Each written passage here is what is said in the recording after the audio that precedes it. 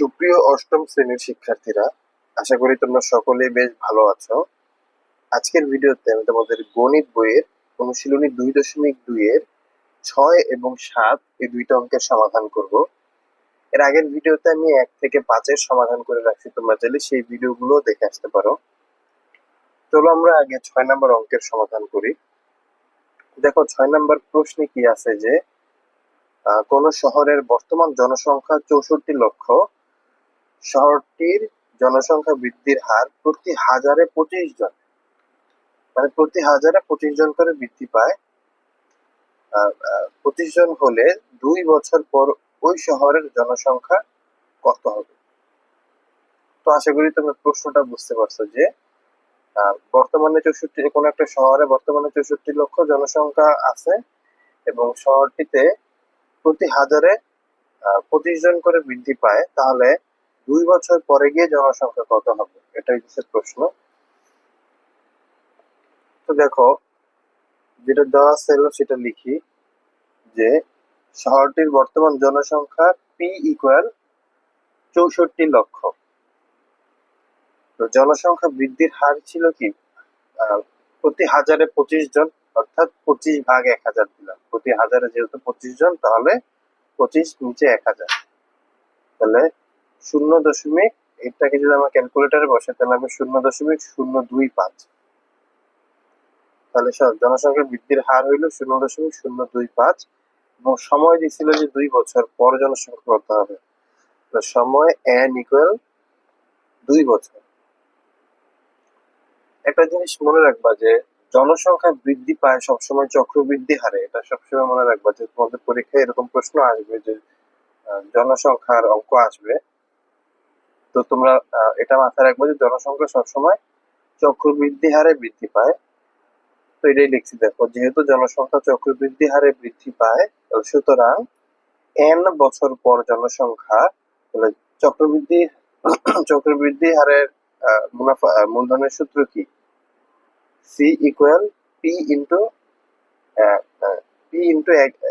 এক যোগ r to the power whole to the power n। তাহলে সুতরাং আমার তো 2 বছর সময় দিয়ে দিছে, তাহলে সুতরাং 2 বছর পর জনসংখ্যা হবে কি? পি এর মান 64 লক্ষ, 1 এর 1 লিখলাম এবং আর এর মান 0.025, n এর মান 2, তাই হোল টু দি পাওয়ার মানে 2 দিলাম আর কি। 64 লক্ষ 64 লক্ষ, 1 এর সাথে এটা যদি যোগ করি তাহলে 1.025 আর উপরে থাকলো 2। এখন এটা টোটালটা যদি তুমি ক্যালকুলেটরে বসাও তাহলে আসবে কত? 67,24,000। টোটালটা যদি তুমি একদম ক্যালকুলেটর উঠে বসায় দাও যে 64 লক্ষ গুণ 1.025 তার উপর স্কোয়ার দাও, তাহলে এই মানটা আসবে, অর্থাৎ 67,24,000 জন। তাহলে আমরা বলতে পারি কি যে 2 বছর পর ওই শহরটির জনসংখ্যা হবে 67,24,000 জন। তো এইটা হইতেছে 6 নম্বর অঙ্কের সমাধান। তো আশা করি তোমার 6 নম্বর অঙ্কটা বুঝতে পারছো।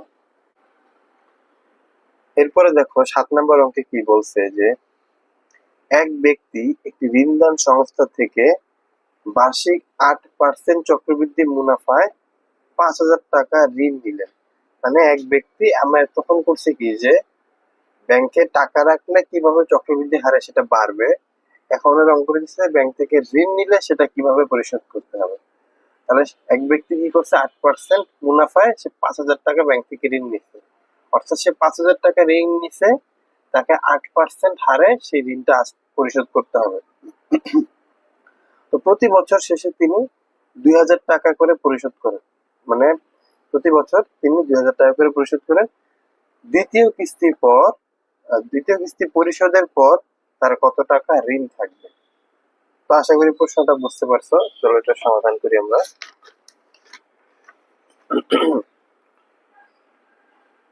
দেখো চক্রবৃদ্ধি ঋণের ক্ষেত্রে চক্রবৃদ্ধি মূলধনের সূত্রই প্রযোজ্য, কারণ চক্রবৃদ্ধি মূলধন যেই হারে আমরা হিসাব করা হয় চক্রবৃদ্ধি ঋণও সেই হারে হিসাব করতে হবে। যেখানে ঋণ হইতেছে 5,000 টাকা, মুনাফার হার 8% বা 8% আমরা লিখি 0.08, তাহলে সে তো বছর মানে 2টা কিস্তিতে ঋণ পরিশোধ করে, 2টা কিস্তিতে ঋণ দিছে আর কি, তো প্রতি কিস্তিতে সে 2,000 টাকা করে দিছে। তো যেহেতু প্রতি বছরে বছরে সে টাকা পরিশোধ করছে, তাহলে আমাদের প্রতি বছরে বছরে তার ঋণের পরিমাণ বের করতে হবে। তাহলে প্রথম বছর পর চক্রবৃদ্ধি ঋণ, যেহেতু বছর দুইটা, তাই 1 আর 2 হবে, তাই আমি লিখলাম প্রথমে C1। প্রথম বছর পর চক্রবৃদ্ধি ঋণ C1 ইকুয়াল P ইন্টু 1 যোগ R এর উপরে 1। কেন 1 লিখলাম? কারণ প্রথম বছর পরে, মানে 1 বছর হয়েছে, প্রথম বছর পরে গিয়েও কি তার 1 বছর পরিপূর্ণ হয়েছে, তাই এখানে 1 লিখলাম। পি এর মান 5,000, 1 এর 1, আর এর মান 0.08, আর উপরে 1। উপরে 1 থাকা যে কথা, না থাকা একই কথা। তাহলে 5,000 এর 5,000, 1 এর সাথে 0.08 যোগ করলে 1.08, যদি গুণ করে দিই তাহলে 5,400 টাকা। অর্থাৎ 1 বছর পর তার ঋণটা হবে 5,400 টাকা। কিন্তু সে তো 1 বছর পরে গিয়ে কি করছে, 2,000 টাকা পরিশোধ করে দিছে। এই যে দেখো লিখছি, প্রথম বছর শেষে তিনি 2,000 টাকা পরিশোধ করেন। সুতরাং যেহেতু 2,000 টাকা সে পরিশোধ করে দেয়, তাহলে সুতরাং কি লিখতে পারি, দ্বিতীয় বছরের শুরুতে আসল P1, যেহেতু এখানে পি লিখছিলাম আসল, তাহলে এখানে লিখবো P1, বা ওইখানে যদি P1 লিখতাম তাহলে এখানে P2 লিখতাম। তাহলে দ্বিতীয় বছরের শুরুতে আসল, তার 5,400 টাকা ছিল ঋণ ছিল, সেখান থেকে তো সে 2,000 টাকা পরিশোধ করেই দিছে, তাহলে আর থাকে 3400, মানে 3,400 টাকা। তাহলে দ্বিতীয় বছরের শুরুতে তার ঋণ হইলো 3400 টাকা, বা মানে দ্বিতীয় বছরের শুরুতে আসল, বা আসলের জায়গায় তোমরা ঋণও লিখতে পারো। তাহলে 3400 টাকা, অর্থাৎ 3400 টাকা তার পরিশোধ করতে হবে। এখন এই 3400 টাকার উপর আবার চক্রবৃদ্ধি ঋণ হবে। এই 3400 টাকার উপরে আবার কি চক্রবৃদ্ধি ঋণ হবে। তাহলে দ্বিতীয় বছর পর চক্রবৃদ্ধি ঋণ C2 ইকুয়াল P1 ইন্টু 1 যোগ R হোল টু দি পাওয়ার 1। এখন বলতে পারো আমরা তো লিখলাম এখানে দ্বিতীয় বছর পর, তাহলে এখানে আবার 1 লিখলাম কেন? একটা বিষয় খেয়াল করে দেখো, সে তো মানে প্রতি বছরে বছরে ঋণ পরিশোধ করছে, তাহলে প্রথম বছরে 5,400 টাকা হচ্ছে, সেখান থেকে সে 2,000 টাকা দিচ্ছে, সেটা 1 বছরেরটা 1 বছরে চলে গেছে। আবার দ্বিতীয় নাম্বার বছরে, মানে দ্বিতীয় বছরে গিয়ে তো প্রথম বছরের শেষ থেকে আবার দ্বিতীয় বছরের শেষ পর্যন্ত তো আবার 1 বছর হয়। তাই দ্বিতীয় বছর পর চক্রবৃদ্ধি ঋণের সূত্র দিয়ে আমরা এখানে 1 দিলাম। তাহলে তাহলে এখানে আমার চক্রবৃদ্ধি আসল কত ছিল? আসল ছিল 3400 টাকা, 1 এর 1 এবং আর এর মান 0.08, তার উপরে 1 থাকা যে কথা, না থাকা একই কথা। তাহলে 3400 আর এখানে যোগ করলো 1 এর সাথে 0.08 যোগ করলে হবে 1.08। তাহলে 3,400 সাথে যদি আমরা 1.08 গুণ করি তাহলে হবে 3672 টাকা। অর্থাৎ তার দ্বিতীয় বছর পর হবে 3600, ঋণ হবে 3672 টাকা। কিন্তু সে তো দ্বিতীয় কিস্তিতেও কি 2,000 টাকা ঋণ পরিশোধ করছে।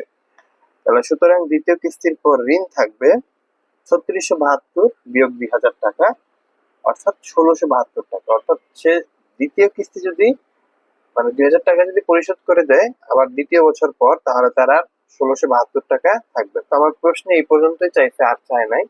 দেখো প্রশ্ন শুধু বলে দিচ্ছে যে দ্বিতীয় কিস্তি পরিশোধের পর তার আর কত টাকা ঋণ থাকবে। তো তার আর 1,672 টাকা ঋণ থাকবে। তো আশা করি তোমরা এই 6 নাম্বার এবং 7 নাম্বার এই দুইটা অঙ্কের সমাধান বুঝতে পারছো।